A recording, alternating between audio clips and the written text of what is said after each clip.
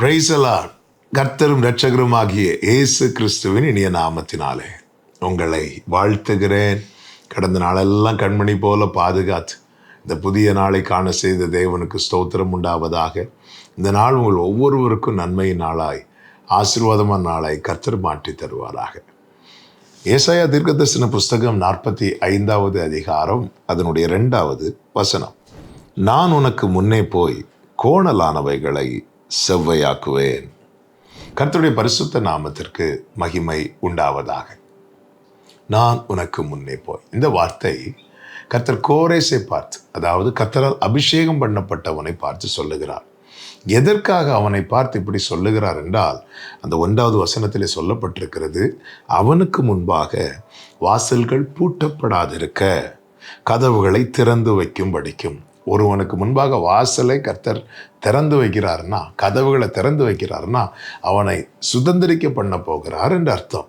ஆனால் அவனுக்கு முன்பாக வாசல்களை திறந்து வைக்கிறதற்கு முன்பதாக கர்த்தர் செய்கிற ஒரு காரியம்தான், அவன் வலது கையை பிடித்து அவனை பார்த்து சொல்றாரு, பாரு, கதவெல்லாம் நான் திறந்து வைக்கிறேன், ஆனால் அந்த பாதையில் நீ பயணிக்கிறதற்கு நான் செய்ய வேண்டிய ஒரு காரியம் இருக்கிறது. என்ன தெரியுமா? உனக்கு முன்பாக கோணலானவைகளை எல்லாம் நான் செவ்வையாக்குவேன் என்று கர்த்தர் சொல்லுகிறார்.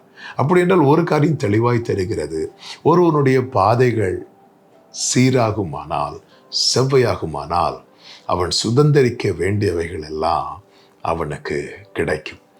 2வது வசனத்தில் ஆண்டவர் சொல்லுகிற, நான் அவனுக்கு முன்னாடி போய் கோணலை எல்லாம் செவ்வையாக்குவேன். ஆமே, அப்படி ஆக்குறதுனால என்ன உண்டாகும்? 4வது வசனத்தில், வெண்கல கதவுகளை உடைத்து இருப்பு தாழ்பால்களை முறித்து அந்தகாரத்தில் இருக்கிற பொக்கிஷங்களையும் ஒளிப்பிடத்தில் இருக்கிற புதையல்களையும் உனக்கு கொடுப்பேன். இந்த நாளிலே என்னை கேட்டுக்கொண்டிருக்கிற அன்பு சகோதரா சகோதரி, நமக்கு கொடுப்பேன்னு சொன்னதை நமக்கு கொடுப்பார். அதை சுதந்திரிக்க நாம் பயணிக்க வேண்டிய பாதையில் பயணிக்க வேண்டியது அவசியம் அல்லவா? நம்முடைய பாதைகள் செவ்வையானால் நாம் சுதந்திரிக்க வேண்டியவைகள், சுதந்திரிக்கும்படியான வாசல்கள் நமக்கு முன்பாக திறக்கப்படும். இந்த வார்த்தையை கேட்கும் போதே, ஆண்டவரே, நீர் என் பாதையை செவ்வைப்படுத்துவீராக. ஆமென். உம்முடைய நல்ல ஆவியானவர் என்னை செவ்வையான வழியில் நடத்துவாராக.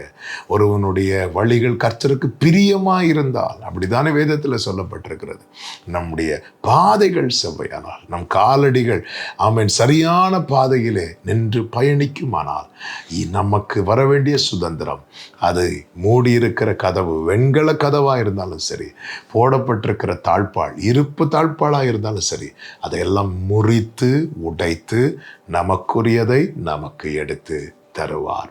கர்த்தர் இதை நிச்சயமாய் செய்ய வல்லவராயிருக்கிறார். இதை 45வது அதிகாரம் 13வது வசனத்திலே ஆண்டவர் சொல்லுகிறார், நான் நீதியின்படியே அவனை எழுப்பினேன், அவன் வழிகளை எல்லாம் செவ்வைப்படுத்துவேன். இதனுடைய ரிசல்ட் என்ன? 14வது வசனத்தை பாருங்கள்.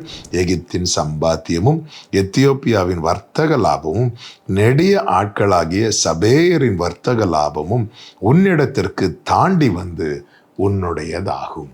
ஆமென். நம்முடைய வழிகள் செவ்வையாகும் போது நமக்கு வர வேண்டியது எல்லாமே நம்மிடத்துல வந்து சேரும். கர்த்தர் ஆசீர்வதிப்பாராக. ஜெபிக்கலாமா?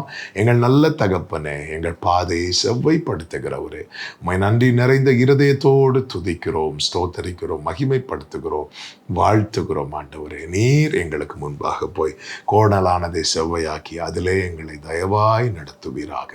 இயேசுவின் நாமத்தில் பிதாவே, ஆமென்.